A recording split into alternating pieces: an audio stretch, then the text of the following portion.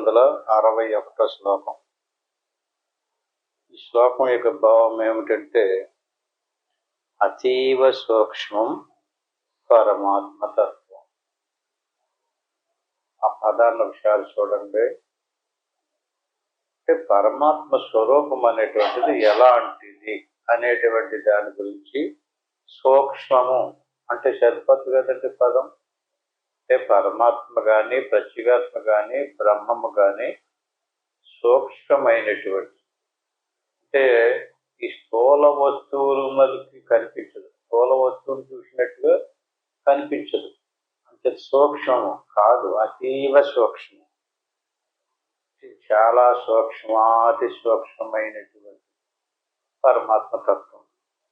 చేతన స్థూల దృష్ట్యా ప్రతిపత్తు మరహతి. మనమేమో స్థూల దృష్టితో ఉన్నాం, అంటే దేవుణ్ణి కూడా స్థూల దృష్టితోటే చూస్తున్నాం. అంటే మనకి ఎలాగైతే ఆకారం ఉందో అట్టి మాదిరిగా దేవుడికి కూడా ఒక స్థూల రూపంలో ఒక ఆకారం ఉండినట్టుగానే మనం ఊహించుకుంటున్నాం. చేత నా స్థూల దృష్ట్యా ప్రతిపత్తు మరహతి.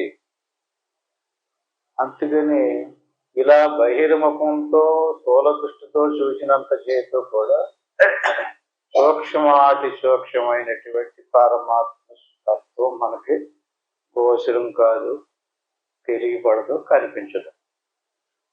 మరి ఎక్కడ కనపడుతుంది, ఎలా తెలుస్తుంది ఈ సంగతి అంటే, సమాధిన అత్యంత సుసూక్ష్మ వృత్వ. అత్యంత అంటే స్థూలం ఆద్యాంతము కూడా కరిగిపోయి సూక్ష్మంగా మారిపోవాలి. ఇప్పుడు మనం బహిర్ముఖంలోకి వచ్చినప్పుడు బాహ్య దృష్టితో ఉన్నాం. జాగ్రత్త అవస్థలో అనేకమైన మనిషి శరీరాలు చూస్తున్నాం, పశుపక్షాలను చూస్తున్నాం. అలాగే మనకి ఒక శరీరం ఉంది, ఆ శరీరమే నేననేటువంటి భావన దృఢపడిపోయి ఉంది.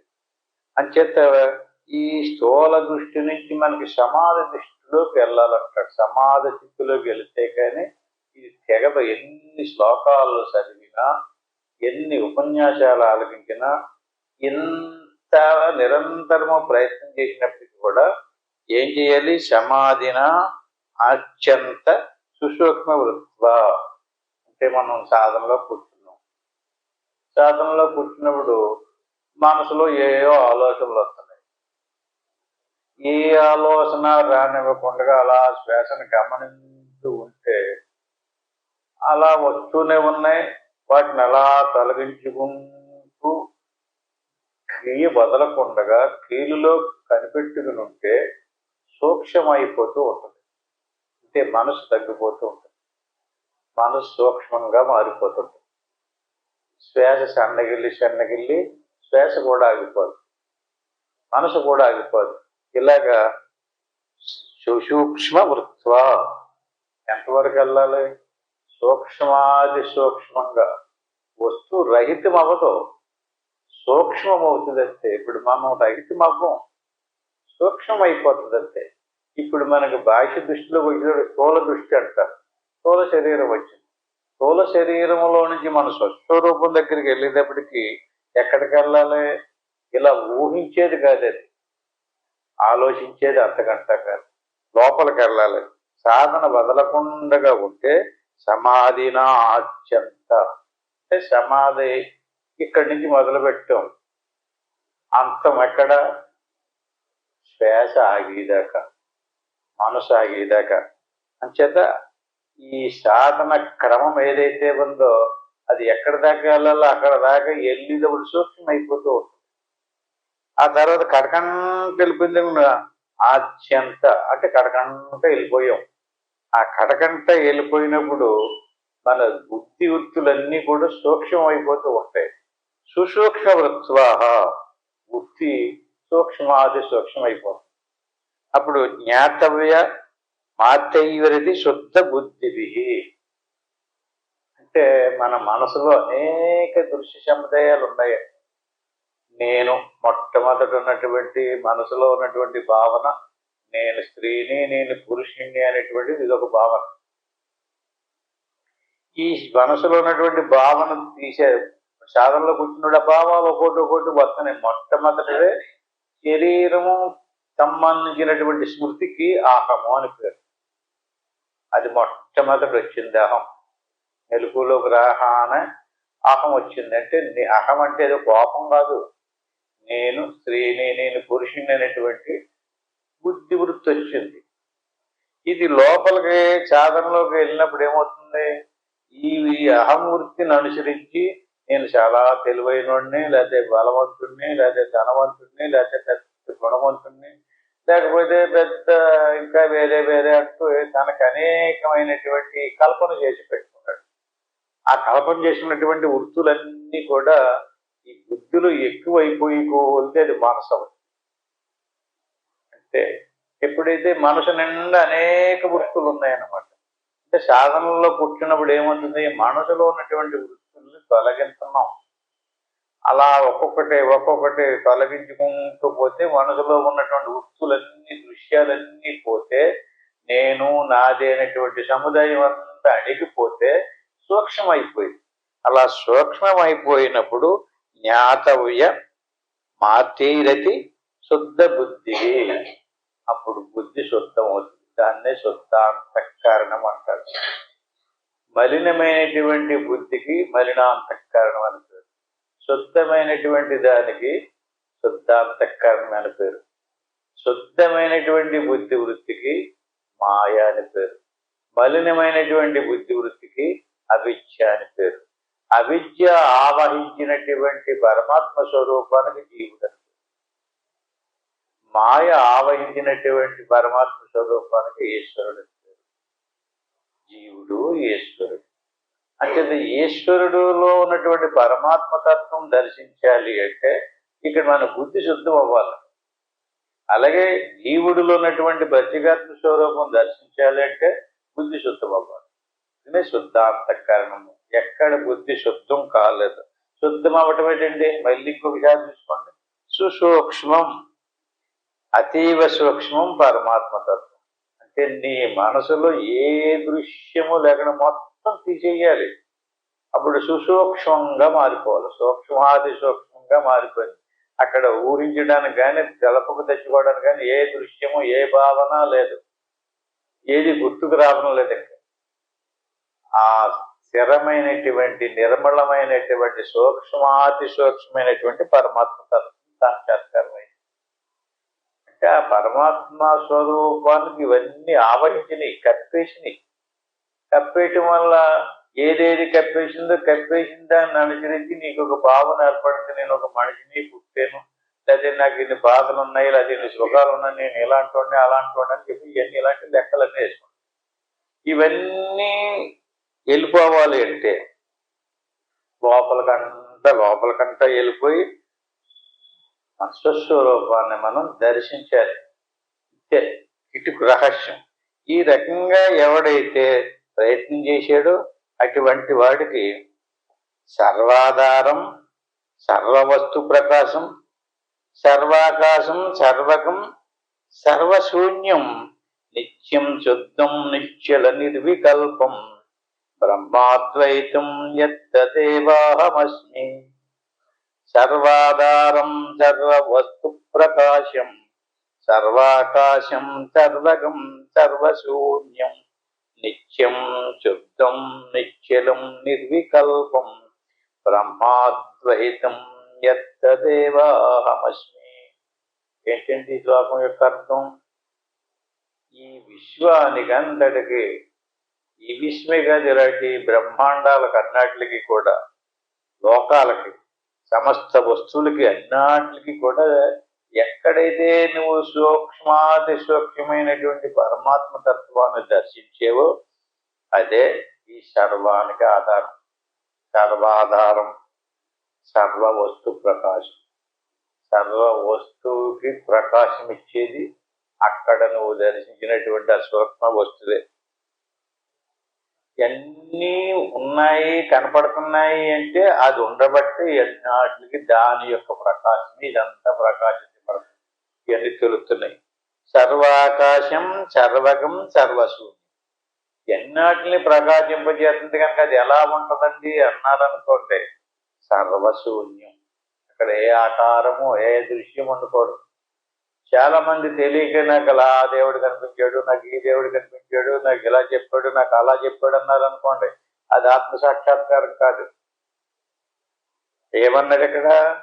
సర్వాకాశం అంటే ఆకాశం ఎలాగైతే ఏ మేఘాలు లేకుండా నిర్మలంగా ఉందో అట్టి మాదిరిగా ఆకాశం మాదిరిగా ఖాళీ, సర్వశూన్యం, ఏ దృశ్యము లేదు, కేవలం ఒక ప్రకాశం మాత్రమే ఉంది.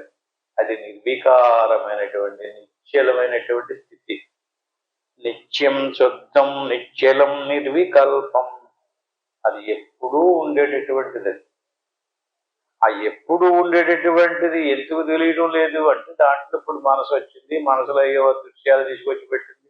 అంటే మొదట అహం వచ్చింది, అంటే నేను అనేటువంటిది. ఆ నేను అనేటువంటి దాన్ని అనుసరించి ఏం చేసామో, ఏం చూసామో, ఎంతకాలం కిందట వచ్చామో దానికి సంబంధించినటువంటి రికార్డు అంతా తెచ్చిపెట్టేసింది మనసు. దేన్ని ఆశ్రయించుకుని ఉంది? అహం వృత్తిని ఆశ్రయించుకుని. అన్నిటికీ మూల కారణం ఈ అహం వృత్తే. నేను దిగనండి, నేను లొంగనండి, లదండి, ఇదండి అంటుంటాడు. అదే అహం. అంటే ఒక భావన దృఢపడిపోయింది. ఇప్పుడుది అహం వృత్తి కోటాను కోట్ల జన్మల నుంచి సాగుతూ వస్తుంది. వచ్చిన ప్రతిసారి ఏదో శరీరాన్ని తగిలించుకుని వస్తున్నాడో, ఆ శరీర భావంతో కర్మలు చేస్తున్నాడో, ఆ కర్మ ఫలాలు అనుభవించడానికి వెళ్ళడమో రావడమో వెళ్ళడమో రావడమో అలాగ అనాది నుంచి సాగుతూనే ఉంది. ఈ అహం వృత్తి నశించడం లేదు. దాని మీద గొప్పగా దానికి కిరీటం పెట్టి దాని మెడలో దండేసి నేను చాలా గొప్పవాడినండి, అందరూ గొప్పవాడిగా నేను వాళ్ళ మీద కొంచెం గొప్పవాడినట్టు ఉంటాడు. ఇదే అహంవృత్తి యొక్క లక్షణం. ఈ అహంవృత్తి కరిగిపోవాలి. అహంవృత్తిని ఆశ్రయించుకుని సంకల్ప వికల్పాలతో కూడుకున్నటువంటి మనసు ఒక పెద్ద ప్రపంచాన్ని తయారు చేసి పెట్టింది. ఈ బాహ్యంగా కనిపించేదంతా కూడా ఈశ్వర సృష్టి. ఈశ్వర సృష్టిని అనుసరించి జీవుడు కూడా ఇలాంటి ప్రపంచాన్ని తయారు చేసి పెట్టుకుంది. దానికి జీవ సృష్టి అంటారు. ఈశ్వర సృష్టిని మార్చక్కర్లేదు, ఈశ్వర సృష్టిని పోగొట్టాల్సినటువంటి పని కూడా లేదు. మనలో ఉన్నటువంటి జీవ సృష్టిని తీసేయాలి. జీవ సృష్టిని తీసేయాలంటే మనసులో ఉన్నటువంటి దృశ్య సముదాయాన్ని కొంచెం కొంచెం ప్రతిరోజు సాధనలో అభ్యాసంలో తీసేయాలి. ఈ రకంగా తీసేస్తే సర్వాకాశం సర్వగం సర్వశూన్యం నిర్మలం అయిపోయింది. నిత్యం శుద్ధం నిశ్చలం నిర్వికల్పం. నిశ్చలం అంటే ఏంటండి? అక్కడికి ఏ కదిలిక ఉండకూడదు. కదిలిక ఉందంటే నిశ్చలం అవలేనట్లు లెక్క. మనసు ఇంకా ఆలోచిస్తుందంటే నిశ్చలం అవ్వలేదన్నమాట. నిర్వికల్పం, కల్పన చేయటం. కల్పన చేయటంటే ఓహో ఇదేమో, ఇది కాదేమో, ఇది ఇలాగేమో, అలా చేశాడు, ఇది ఇలా చేశాడని మళ్ళీ గుర్తుకు తెచ్చుకోవటం వేరు, తెచ్చుకున్న దాన్ని అనుసరించి కల్పన చేయటం వేరు. నిర్వికల్పం. కల్పన జరుగుతుందా? సమాధి కాదు. నిశ్చలంగా ఉండాలి, శుద్ధంగా ఉండాలి, నిత్యము ఉండాలి. నిత్యం శుద్ధం నిశ్చలం నిర్వికల్పం బ్రహ్మాద్వైతం యత్తదేవావహమస్మి. అక్కడ నిత్యము శుద్ధము నిశ్చలము నిర్వికల్పమైనటువంటి ఏ స్థితి అయితే మనం దర్శించమో బ్రహ్మాద్వైతం యత్తదేవాహమస్మి, అదే నేను. యత్తదేవాహమస్మి, అహమస్మి. అహమస్మి అంటే ఏంటండి? అదే నేను అయ్యాను. ఏమయ్యాడు? బ్రహ్మాద్వైతం, నాకు తప్ప రెండవది లేదు, నేను తప్ప రెండవది లేదు, నేను ఒక్కడే ఉన్నాను. ఆ ఉండినటువంటి స్థితి ఏదైతుందో అది బ్రహ్మాద్వైతం. ద్వైతం అంటే రెండవది లేదు, బ్రహ్మమే ఉంది. ఆ బ్రహ్మం నేనయ్యే ఉంది. యత్తదేవాహం, అది నేనయ్యి ఉన్నాను. ఎలాగండి? అక్కడ బ్రహ్మమే ఉంది, ద్వైతం రెండవది లేదు, అది నేనయ్యే ఉన్నాను. యత్తదేవాహమస్మి, ఇంక దేహం లేదు, నేను బ్రహ్మముగానే ఉన్నాను, బ్రహ్మమయ్యే ఉన్నాను. సర్వాధారం సర్వవస్తు ప్రకాశం సర్వాకాశం సర్వగం సర్వశూన్యం నిత్యం శుద్ధం నిశ్చల నిర్వికల్పం బ్రహ్మాద్వైతం యత్తదేవాహమస్మి. అవ్యక్తాది స్థూల పర్యంతమేతం విశ్వం యత్ర ఆవాసమాత్రం ప్రతీతం వ్యోమ ప్రముఖ్యం సూక్ష్మమాద్యంతహీనం బ్రహ్మాద్వైతం యత్తదేవాహమస్మి అవ్యక్తాది స్థూల పర్యంతమేతం. అక్కడ ఏ నిర్వికారమైనటువంటి నిత్య సత్యమైనటువంటి ఆ బ్రహ్మానందాన్ని, ఆ చైతన్య స్వరూపాన్ని సమాధి స్థితిలో గోచరమయ్యిందో అటువంటి స్థితిలో నుంచి నువ్వు అహం వచ్చిందనుకోండి, అక్కడ ఉన్నటువంటి స్థితి వ్యక్తం కానటువంటి నీ ఒక్కడవే ఉన్నావు. రెండోది లేదు, అక్కడ దృశ్యం లేదు, ప్రపంచం లేదు, ఇంకొక వ్యక్తి లేడు, ఒక్కడవే ఉన్నావు. అటువంటి నిర్వికారమైనటువంటి స్థితి నుంచి స్థూల పర్యంతమేతం భాష్యంలోకి వచ్చావు. స్థూల పర్యంతమేతం అంటే స్థూలం అంటే శరీరం. శరీర భావన వచ్చింది, శరీరం వచ్చింది. శరీరం వచ్చేటప్పటికి ఇలాంటి శరీరాలు వందలాది శరీరాలు, కోట్లాది శరీరాలు, మనుషులు, పశువులు, ప్రపంచం, అనేక వస్తు సముదాయం, ఇదంతా స్థూల ప్రపంచం. మన స్థూల శరీరం. స్థూల శరీరం వచ్చింది, స్థూల ప్రపంచం ఉంది. విశ్వం ఎత్ర ఆవాస మాత్రం ప్రతీతం. ఈ రకంగా నీ స్వస్వరూపంలోకి వెళ్ళి అందులో కొద్దిసేపు కనుక నిలకడగలిగి ఆ నిత్య సత్యమైనటువంటి ఆ పరమాత్మ తత్వాన్ని అనుభవించినటువంటి సాధకుడికి మళ్ళీ బహిర్ముఖం ఉత్తాన దశలోకి వచ్చేటప్పటికి ఇదంతా విశ్వం ఎత్ర ఆవాస మాత్రం ప్రతీతం. ప్రపంచం కానీ శరీరం కానీ అతనికి ఎలా కనపడుతుందట ఈ విషయం అంతా కూడా. అంటే మనిషి నీడని ఆభాస అంటారు. అలాగే చంద్రుడి యొక్క లేక సూర్యుడి యొక్క ప్రతిబింబం నీటిలో ప్రతిబింబించింది అనుకోండి, ఆభాస అంటారు, అంటే ప్రతిబింబం అంటారు. ఈ ప్రతిబింబం అంటే ఈ ప్రపంచం అంతా కూడా నీ శరీరంతో అంటే స్థూల పర్యంతమేతం. ఇదంతా ఒక ఆభాసలా కనపడుతుంది, ఒక నీడలా కనపడుతుంది, ఒక కల్పన, ఒక మాయ. ఈ ప్రపంచం అంతా ఈ శరీరం, భార్య, భర్త, పిల్లలు, నేను, నాది మొదలైనటువంటి విషయం అంతా కూడా విశ్వం ఆవాస మాత్రం. ఇదొక కల్పన, ఇదొక మాయ. విశ్వం ఎత్ర ఆభాస మాత్రం ప్రతీతం. కనపడుతుంది. ఎలా కనపడుతుంది? నీడలా కనపడుతుంది, ఇదొక దృశ్యంలా కనపడుతుంది. అది సత్యం కాదు, ఎందుకని మారిపోతుంది కదా. పుట్టాడు, పరిణామం చెందుతున్నాడు, పరిణామం చెంది బాల్యము, కౌమారము, యవ్వనము, వార్ధక్యము, మరణము. అందులో సత్యమేది? మన శరీరం కూడా ఒకసారి చూసుకోండి, సత్యమేది అక్కడ నిలబడతలేదు, నిరంతరము మార్పు చెందుకుంటూ పోతుంది కదా. అది ఎలాంటిది కనిపిస్తుంది, కానీ అది చేసిన కర్మఫలాన్ని అనుభవించడానికి అదొక ఆభాసగా ఏర్పడింది. అందుచేత వ్యోమ ప్రఖ్యం సూక్ష్మమాద్యంతహీనం. ఈ బయటికి కనిపించేటటువంటి నీ శరీరాన్ని చూసుకున్నప్పటికీ కూడా నువ్వు వీలు కుదిరినప్పుడల్లా నీ మనసుని వెంటనే అంతర్ముఖం వైపుకి తిప్పుకున్నట్లయితే వ్యోమం ప్రఖ్యం సూక్ష్మమాద్యంతహీనం. ఈ మనసు లోపలికి ఒకసారి చూసి ఉండాలి, అనుభవించి ఉండాలి. అలాగ అనిపించినటువంటి విషయాన్ని గుర్తుకు తెచ్చుకున్న తక్షణం ఇదంతా కూడా ఆకాశంలాగా నిర్వికారంగా కనపడుతుంది. వెంటనే వ్యోమ ప్రఖ్యం సూక్ష్మమాద్యంతహీనం. ఆద్యాంతము కూడా దైవైపోతే కనిపించదు, గోచరం కాదు. బ్రహ్మాద్వైతం యత్తదేవాహమస్మి. బహిర్ముఖంగా అంతర్ముఖంగా ఏ నిర్వికారమైనటువంటి సుసూక్ష్మమైనటువంటి పరమాత్మ తత్వం ఉందో అదే నీవు, అదే బ్రహ్మము, బ్రహ్మమే నీవు. జత ప్రత్యక్షేష మాయామ విశేషం ప్రత్యగ్రూపం ప్రత్యయ గమ్యమానం సత్యజ్ఞానానంతమానందరూపం బ్రహ్మాద్వైతం యత్తదేవాహమస్మి. ప్రత్యక్షేష మాయాదిశేషం. ఏదైతే ఉంది ఇదంతా పుట్టి పరిణామం చెందుతూ నశించిపోయేటటువంటి ఈ దృశ్యమైనటువంటి స్థూల సముదాయం అంతా కూడా ప్రత్యక్షేష మాయా విశేషం. ఇదొక మాయ, ఇదొక కల్పన, ఇది నువ్వు గట్టిగా పట్టుకుని ఏమీ చేయలేవు, వదిలేయలేవు, పట్టుకోలేవు, మార్చలేవు. నీ చేతిలో లేదు ఇది. ఎందుకని మమమాయా దొరకయ ఆయన చేతిలో ఉంది, ఆయన నడుపుతున్నాడు దీన్ని.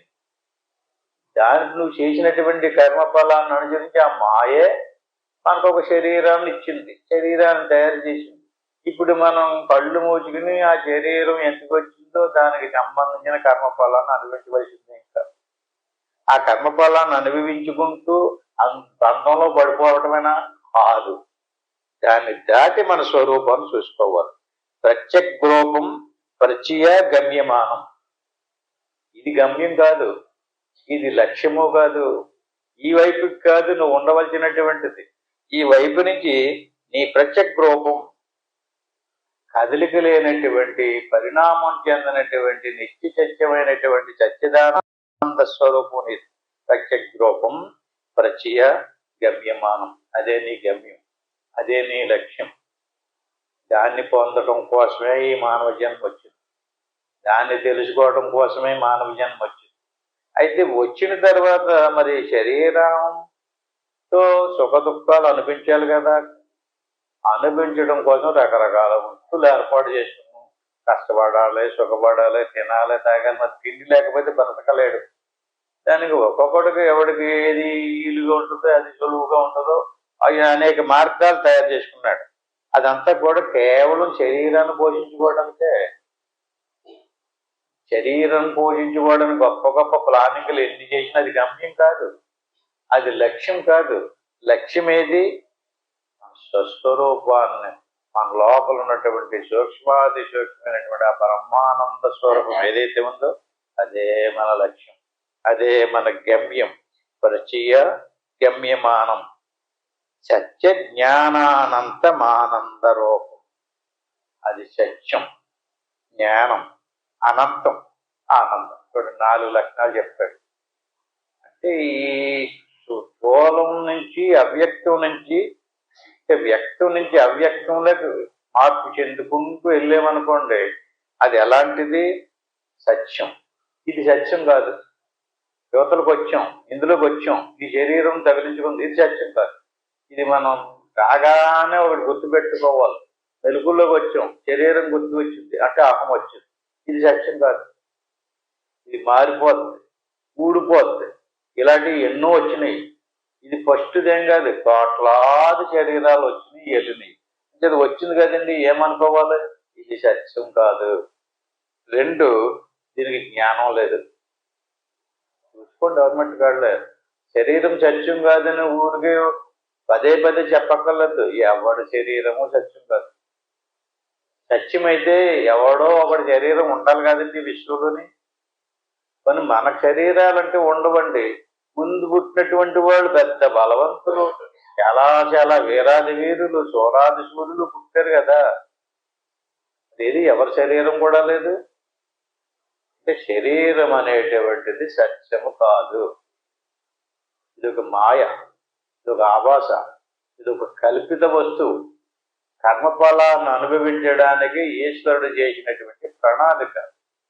అంచేత ఇది సత్యం కాదు, ఇది నిత్యము కాదు. అంచేత పైగా ఇంకోటి ఏంటంటే సత్యము కాదు, దీనికి జ్ఞానం కూడా లేదు. నీకుంది జ్ఞానం, నువ్వు సత్యానివే. ఎందుకంటే నువ్వు చిన్నప్పటి కాడి నుంచి ఉన్నావు, నీ శరీరం ఉందనుకుంటున్నావు. నువ్వు చిన్నప్పటి కాడి నుంచి ఉన్నానన్నటువంటి జ్ఞానం ఏదైతే ఉందో అది చిన్నప్పటి కాడి నుంచి ఉంది, కానీ శరీరం అలా లేదు కదా. చిన్నప్పుడు చిన్న శరీరంతో ఉంది, మారిపోయింది, కౌమారం వచ్చింది, యవనం వచ్చింది, ఇప్పుడు వార్ధక్యం వస్తుంది. అంటే శరీరం మారిపోతుంది కదా. శరీరం ఏం కాదు, సత్యం కాదు, పైగా జ్ఞానం కూడా లేదు. సత్యము కాదు, జ్ఞానము కాదు. నీకో నీ స్వరూపము అప్పటి నుంచి ఇప్పుడు దాకా ఉన్నావు, ఉన్నప్పుడు కాడి నుంచి జ్ఞానంతో ఉన్నావు. నీకు జ్ఞానం లేకపోవటం లేదు. కాకపోతే నీ జ్ఞానం ఈ వస్తువు పోతూ ఉండే శరీరం వైపుకి తిరిగింది నీ జ్ఞానం. అది దురదృష్టం.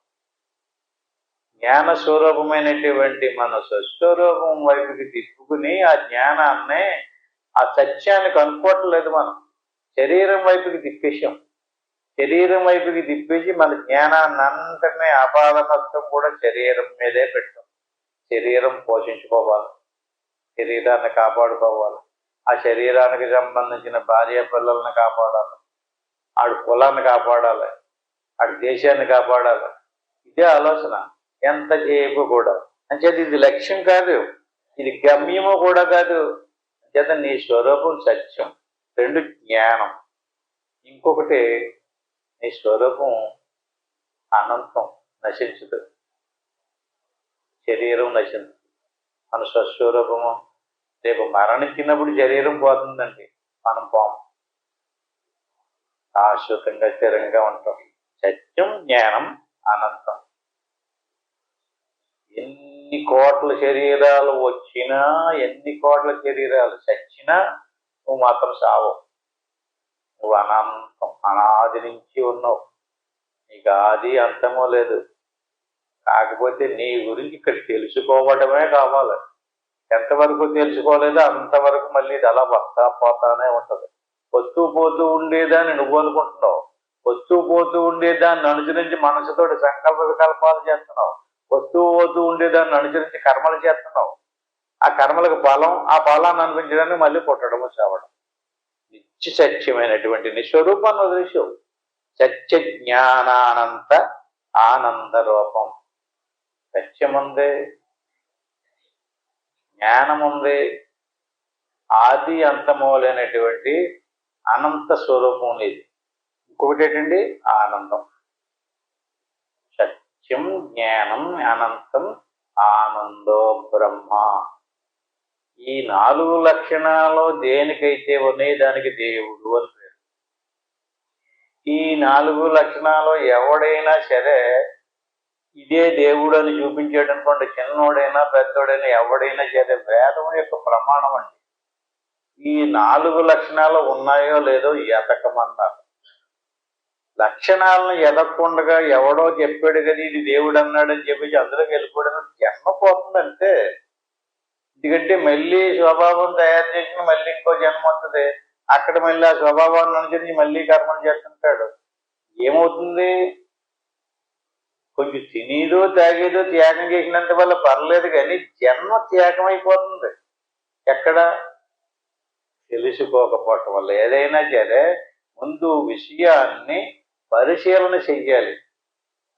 ఇప్పుడు ఇది వజ్రము అన్నారనుకోండి, వజ్రాన్ని చెప్పి ఒక రాయి తెచ్చి ఎవడైనా సరే ఇది వజ్రం అన్నాడు అనుకోండి, అది వజ్రమో కాదో కట్టిపెట్టి చెప్పేవాడు ఒకడు ఉంటాడు కదండి. దాన్ని పరిశీలిస్తారు, పరిశోధన చేస్తారు, అది వజ్రమే అని. అట్టి మాదిరిగా ఈ జీవుడు దేవుడే అన్నాడు అనుకోండి, ఎవడో వచ్చి నమ్మేటివేనా? వెంటనే ఏమన్నారండి? పరిశోధించమన్నారు. ఎలాంటి? ఆ పరిశోధనకే సాధన అని సాధన చెయ్యాలి. ఎక్కడన్నాడు ఈయన? స్థూల సూక్ష్మ కారణ శరీరాలు దాటిపోయేదాకా సమాధి స్థితిలోకి వెళ్ళాలి. అక్కడ ఆలోచన ఉండకూడదు, మనసు ఉండకూడదు, శ్వాస ఉండకూడదు, కానీ నువ్వు ఉండాలి. అది సాక్షాత్తు బ్రహ్మమే. అంచేత అటువంటి బ్రహ్మాద్వైతం యత్తదేవాహమస్మి. అప్పుడు నువ్వు బ్రహ్మం అయ్యే ఉన్నావు. నీవు మళ్ళీ పుట్టుకలేదు, నీకు మళ్ళీ జన్మ రాదు, నువ్వు ఏ కర్మ చేసినా అంటుకోదు. ఎందుకని? నువ్వు బ్రహ్మానివి. నీకు సాగు లేదు, పుట్టుకోలేదు. అందులో కడుగు, ఇందులో కడుగు, అక్కడ కొత్త ఆ మతము, ఈ మతము, ఆ దేవుడు, ఈ దేవుడు అనుకుంటే అది ఏది కూడా నిన్ను కొట్టేది. పూర్తిగా శాతం తెలుసుకో. నూతులు నీళ్లు ఒప్పుకున్నాయా చెప్పకున్నాయి అన్నారు అనుకోండి, ఏం చేయాలి? కంటికి కనపడుతుంది కదా, చెప్పచ్చు కదా. ఎందుకు చెప్పలేదు? ఆ నీరు ఉప్పుకుందా చెప్పకుందా అని చెప్పేసి పరిశోధించాడు. చూస్తాను అంటాడు. అలాగే కూర నారో వండారనుకోండి, అందులో ఉప్పు సరిపోయిందా కారం సరిపోయిందా అని చెప్పేసి చూడమంటారు చేతిలో కొట్టేసి. అక్కర్లేదు, నా కంటికి కనపడుతుంది సరిపోయింది అంటాడా? అంటదా? ఎవరన్నా ఒక ఆడావిడ అంటదా? ఏం చేస్తుంది? పరిశోధిస్తుంది. ఏమని? ఉప్పు సరిపోయిందో లేదో, కారం సరిపోయిందో లేదో, ఉడికిందో లేదో. ఏంటంటే పరిశోధన? దాని గురించి చెప్పేటటువంటి ఆ మేధావి ఎవరు? జిహ్వ, నాలిక. వెంటనే కొంత తీసుకుని నాలుక మీద రుచి చూస్తుంది, లేదు ఇంకా ఉప్పు సరిపోలేదు, ఇంకా ఉప్పు వేయాలను, అది ఉప్పు ఎక్కువైందేనో, కారం ఎక్కువైందేనో వెంటనే చెప్పేస్తుంది కదండి. నాలుగుకి తగిలించకుండాను, నాలుగుకి తగిలించకుండా ఎంత గొప్ప మేధావి కూడా చెప్పలేడు. ఆ ఉప్పు మూతిలో నీళ్ళు పర్వాలేదు బాగానే ఉన్నాయి అన్నాడంటే ఎవరు చెప్పడం కుదరదండి. ఏం చెయ్యాలి? చూడాలి.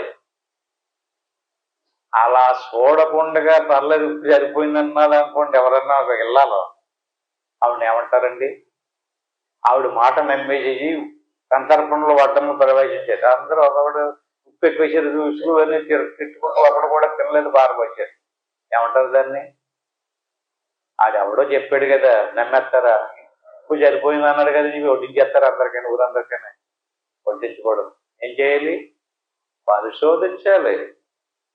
ఉప్పు సరిపోయింది. చిన్న చిన్న చిన్న ఆటలు కూడా చూడండి, పరీక్షించకుండా ఒప్పుకోవట్లేదు మనం. ఇంత పెద్ద విషయం కాడ పరీక్షించకుండా ఎలా ఒప్పుకుంటున్నారు అసలు దేవుణ్ణి? తినే పదార్థం కాడ, తాగే నీళ్లు కాడ పరిశోధిస్తున్నారు.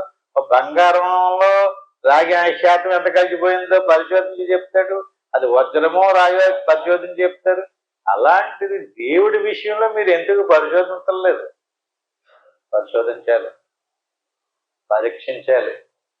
పరీక్షించకుండా దేవుడిని ఒప్పుకున్నామంటే జన్మ పోతుంది. మొక్కమాటానికి వెళ్ళకూడదండి. వాళ్ళందరూ వెళ్తున్నారు కదని చెప్పి అందరినీ చూసి వెళ్ళిపోకూడదు. ఆలోచించాలి. దేవుడికి కొన్ని లక్షణాలు ఉన్నాయి. దేవుణ్ణి ఎవడో తయారు చేసినటువంటి వస్తువు కాదు, విశ్వాన్ని అంతటిని ఆయనే తయారు చేశాడు. విశ్వాన్ని తయారు చేసినటువంటి విధానంలోనే మనకు ఒక శరీరాన్ని తయారు చేసి ఇచ్చాడు. ఆ శరీరాన్ని పోషించుకోవడానికి ఒక ప్రాణాన్ని ఇచ్చాడు, అందులో ఒక మనసును పెట్టాడు. ఇప్పుడు మన మనసులో మన తెలివితేటలను అనుసరించి మనం ఒక దేవుని కల్పన చేసేసామనుకోండి, అది దేవుడు అవుతాడా? మన కల్పనతోటి దేవుడిని సృష్టించలేమండి. దేవుడే మనల్ని కల్పన చేశాడు. అందుచేత మనం దేవుణ్ణి పరీక్షించాలి. ఎవడు పరీక్షించలేదో వాడికి జన్మ పోతే. గుడ్డిగా నమ్మకూడదు, గుడ్డిగా అనుసరించకూడదు. వినాలి, చదవండి, వినండి, పరిశోధించండి, ఆలోచించండి. వినదగు నెవ్వరు చెప్పిన వినినంతనే వేగిరి పడక కని కల్లా నిజము తెలుసుకోవాలి. కని అంటే ప్రత్యక్షంగా చూడాలి. ఇప్పుడు మేము ఏదో చెప్తున్నాం, ఇలా కళ్ళు మూసుకుని సాధన చేసుకోండి, ఇదంతా నిర్వికారమైనటువంటి స్థితి ఏర్పడుతుంది. దాన్ని సమాధి స్థితి అంటారు. అక్కడ శ్వాస ఉండదు, మనసు ఉండదు, ఇక ఆనందంగా ఉంటుంది. దాన్నే బ్రహ్మాద్వైతం ఎత్త దేవాహం వచ్చింది, అదే బ్రహ్మము, అది నేనే అంటుంది శాస్త్రం. అన్నామనుకోండి, నమ్మేటమేనా? చెయ్యాలి కదా. ఎవడు సాధన చేయడో వాడికి తెలదు. ఎంత మహామేధావైనా సరే చదువుతాడు, శ్లోకాలు నేర్చుకుంటాడు, కంఠస్థం చేస్తాడు, పాటలు పాడతాడు, భజనలు చేస్తాడు, డ్యాన్సులు కడతారు, అన్నీ మంచి భక్తి. కానీ జ్ఞానము ఎక్కడ జ్ఞానం లేదో అక్కడ కర్మ నశించదు. ఎక్కడ జ్ఞానం కలిగిందో అక్కడే కర్మ నశించదు. ఏది జ్ఞానం? ఇది ఇప్పుడు చెప్తున్నారు కదండి. జ్ఞానం అనేది దేవుని లక్షణాలలో ఒక లక్షణం. మీకు జ్ఞానం ఉందంటే దేవుడికి ఉన్నటువంటి లక్షణాలలో ఒక లక్షణం ఉంది. మిగతా లక్షణాలు ఓపెన్ అవ్వలేదు. మీ శరీర భావన కప్పేసింది దాన్ని. జ్ఞానం ఉంది కానీ మిగతా లక్షణాలను ఓపెన్ అవుతలేదు. ఎందుకు అవుతలేదు? సమాధిలోకి వెళ్ళాలి, అన్నీ తెరుచుకుంటాయి. సమాధిలోకి వెళ్ళినటువంటి వాడికి అన్ని లక్షణాలు ఓపెన్ అవుతాయి. అక్కడి నుంచి బహిర్ముఖమైనటువంటి వాడికి ఈ ప్రపంచం అంతా కూడా ఆభాసం, కల్పన, ఇదొక మాయ. ఇది మాయా విశ్వం. ఇదంతా కూడా వస్తూ పోతూ అలా తిరుగుతూ వెళ్తూ వస్తూనే ఉంటది. ఆ భ్రాంతిలో పడి కొట్టుకుపోతున్నాం. అంచేత నిష్క్రియోష్యవికారోస్మి నిష్కలోస్మి నిరాకృతి నిర్వికల్పోస్మి నిత్యోస్మి నిరాలంబోస్మి నిర్ద్వయ.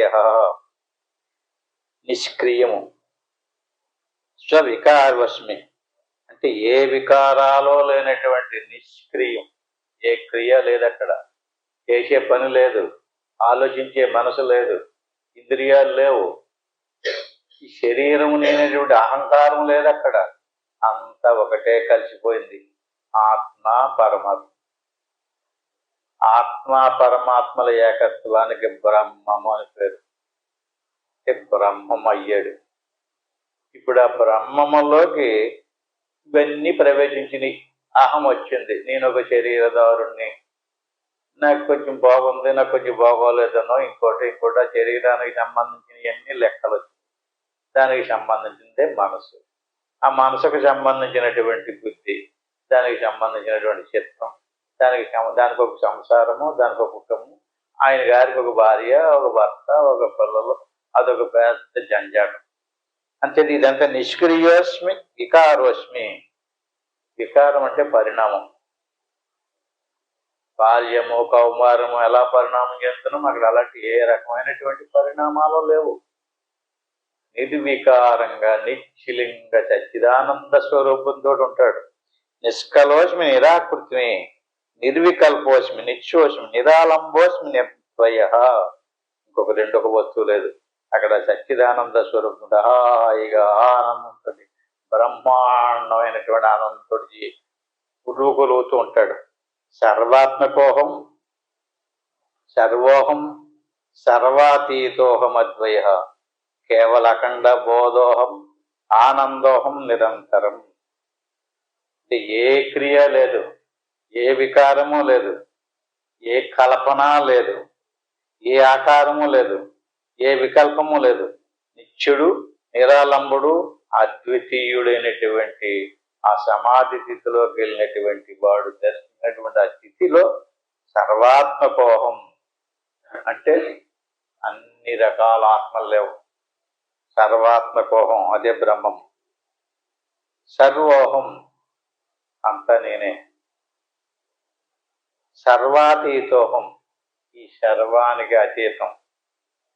యువతల నుంచి లోపలికి వెళ్ళాడు అనుకోండి, ఈ స్థూల సూక్ష్మ కారణ శరీరాలకు అన్నిటికీ కూడా సర్వాతీతోహం సర్వోహం.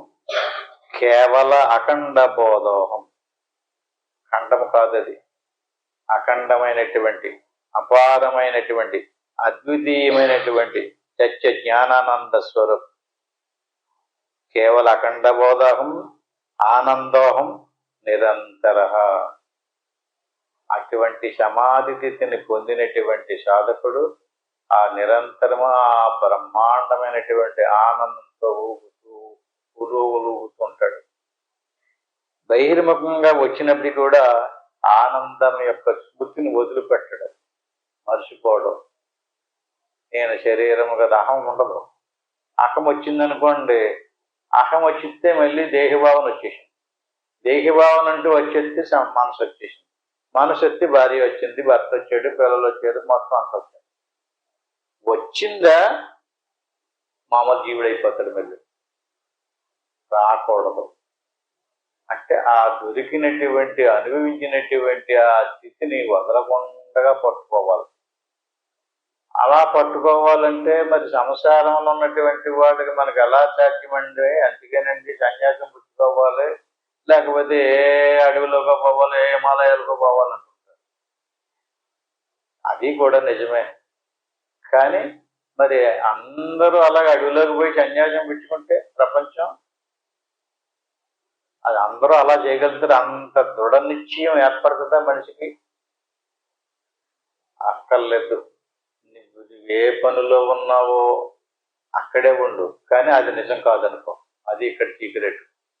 ఈ శరీరం నేను కాదు, ఇది నిజం కాదు. ఈ శరీరం మార్పు చెందుతూ బాల్యము కౌమారణము మొదలైనటువంటి పరిణామాలు చెందుతుంది కదా. ఆ పరిణామం నీ స్వరూపానికి లేదు. నువ్వు ధరించినటువంటి శరీరానికే ఉందా పరిణామం. అంచేత నిర్మలమైనటువంటి నీ స్వస్వరూపాన్ని దర్శించి దాని స్మృతిలో ఉండాలి. ఆ స్మృతిలో ఉండి కేవలం నిర్వికారంగా సంసారాన్ని చక్కబెట్టేయాలి. తగులుకోకూడదు, బంధించబడకూడదు. కోపం పడుతున్నాడు అనుకోండి, తన మాట నెగ్గాలన్నాడు అనుకోండి, అక్కడ ఏమన్నట్టు? వదిలినట్టు కాదు, పూర్తిగా వదిలేయాలి. ఎలా పరిణామం చెందుకుంటూ వచ్చింది పోతుందో దాన్ని అలా గమనిస్తూ ప్రారంధాన్ని అనుభవించేయాలి. ప్రారంధాన్ని అనుభవించేస్తూ ఆ ఆనందాన్ని ఈలుగుతున్నప్పుడల్లా చక్కగా సమాధిలోకి వెళ్ళి సాధనలోకి వెళ్ళి కూర్చోడం, లేదంటే వ్యవహారాన్ని చక్కబట్టుకోవడం, తగులుకోకూడదు, కోపతాపాలకు గురి అవ్వకూడదు. ఈ రకంగా ఆనందోహం నిరంతర, ఇలా నిరంతరము సాధన చేసుకుంటూ నీ స్వస్వరూపాన్ని గుర్తుకు తెచ్చుకుంటూ ఆ సాధనానుభవాన్ని పొందుతూ బాహ్యంగా జరిగేటటువంటి వ్యవహారికమైనటువంటి క్రియలన్నింటినీ కూడా అది ప్రారంధానికి సంబంధించింది గనక దాన్ని అనుభవించాలి గనక అది పోర్చేసుకో అనిపించి వదిలిపోతుంది. ఈ రకంగా స్వరాజ్య సామ్రాజ్య విభూతి రేష భవత్కృపాశ్రీ మహిమ ప్రసాదాత్ ప్రాప్త మయా శ్రీ గురవే మహాత్మన్ నమో నమస్తేస్తు పునర్నమోస్తు. ఈ రకమైనటువంటి స్థితిని స్వరాజ్య స్థితి అన్నారు. అక్కడ మన ఆశ్రమం పేరు కూడా స్వరాజ్య బ్రహ్మనిష్ట, స్వరాజ్య సత్సంగం. మన ఎన్నట్ల మీద స్వరాజ్యం స్వరాజ్యం. ఇక్కడ కూడా చూడండి, ఇందులో కూడా స్వరాజ్య సామ్రాజ్య విభూతి రేష. స్వరాజ్యం అంటే ఏంటండి? ఆత్మరాజ్యం. ఇప్పుడు మనకి స్వరాజ్యాన్ని కోల్పోయి మనోరాజ్యంలోకి వచ్చేసాం. బాగా గుర్తుపెట్టుకోండి, మనసు ఎలాంటి ఆలోచన చేస్తుంటే అలాంటి క్రియలోకి వెళ్ళిపోతున్నాం. స్వరాజ్యం లేదు మనకి, మనోరాజ్యమే ఉంది. మనసు ఎలా చెప్తే అలా చేస్తాం. మనసు పాడమంటే పాడతాం, మనసు గంతులేయమంటే గంతులేస్తాం, మనసు ఎక్కడికి వెళ్ళమంటే అక్కడికి వెళ్తాం, మనసు ఏది చేయమంటే అది చేస్తాం. అప్పుడు ఎందులోకి వెళ్ళిపోయినట్టు? ఇంకొకటి స్వాధీనంలోకి వెళ్ళిపోయి కదా నువ్వు. అంటే మనసు నీ స్వాధీనంలోకి తెచ్చుకోలేదు. నీ మనసు నీకు స్వాధీనంలోకి రావాలి. మనసు స్వాధీనంలోకి వచ్చి జ్ఞానేంద్రియాలు, కర్మేంద్రియాలు, అంతరేంద్రియాలు అన్నీ నీ చేతుల్లోకి వచ్చేయాలి. ఇవన్నీ దాటిపోయి నీ యొక్క స్వస్వరూపస్థితికి స్వరాజ్యం అని పేరు. స్వరాజ్య సామ్రాజ్య విభూతి రేష. విభూతి అంటే ఇది గొప్ప స్థితి, ఇది గొప్ప మహాత్యం. ఎవడికో కానీ స్వరాజ్యం లభించదు. మన దేశానికి పూర్వం స్వరాజ్యం కోసం చాలా ప్రయత్నం చేశారు. దాన్ని స్వరాజ్యం అంటారు, స్వరాజ్యం అంటారు. స్వరాజ్యం అంటే ఆ దేశానికి సంబంధించింది. ఇప్పుడు సంసారం ఉందనుకోండి, కుటుంబంలో ఉన్నటువంటి భర్త స్వరాజ్యం. అంటే భార్య తన మాట వినాలి, పిల్లలు తన మాటలు వినాలి. వినకపోతే ఏమి లేదు అతనికి. నువ్వు చెప్పేవాళ్ళు నువ్వు మాట్లాడకన్నది అనుకోండి భార్య, అతనికి ఏం లేదు, స్వరాజ్యం లేదు. అంటే భార్య భర్తను ధిక్కరిస్తే స్వరాజ్యం లేదు అతనికి. అలాగే భర్త భార్యని తిరస్కరించి ధిక్కరించి నువ్వు మాట్లాడుకుంటాను, ఆవిడికి స్వరాజ్యం లేదు. స్వరాజ్యం అంటే ఏంటి? అంటే భర్త మాట భార్య జవదాటకూడదు. అప్పుడు అతనికి పూర్తిగా సంసారంలో, కుటుంబంలో స్వరాజ్యం ఉన్నట్టు. కొడుకు కానీ, కూతురు కానీ, పిల్లలు కానీ, భార్య కానీ వాళ్ళందరూ కూడా అతని అధీనంలో ఉండాలి, అతని మాటలో ఉండాలి. అది స్వరాజ్యం అంటే. అలాగే దేశం ఉంది, దేశానికి స్వరాజ్యం వచ్చిందంటారు. దేశానికి స్వరాజ్యం మాటకు వచ్చిందంటే. స్వరాజ్యం అంటే పూర్తి స్వేచ్ఛ, స్వాతంత్రం. అలా బయటకు వెళ్ళి చెప్పుకుంటే ఎంత చెప్పొచ్చు. అలాగే కుటుంబంలో కూడా స్వరాజ్యం ఉంది, దేశంలో కూడా స్వరాజ్యం ఉంది. దేశానికి స్వరాజ్యం వచ్చింది అనుకో, ప్రధానమంత్రి ఒక మంత్రి పరిపాలన చేస్తున్నారు. అలాగే ఇక్కడ ప్రధానమంత్రి ఎవరండి? భర్త. పూర్తిగా ఒక్కళ్ళ పెత్తనం మీదే నడాలి.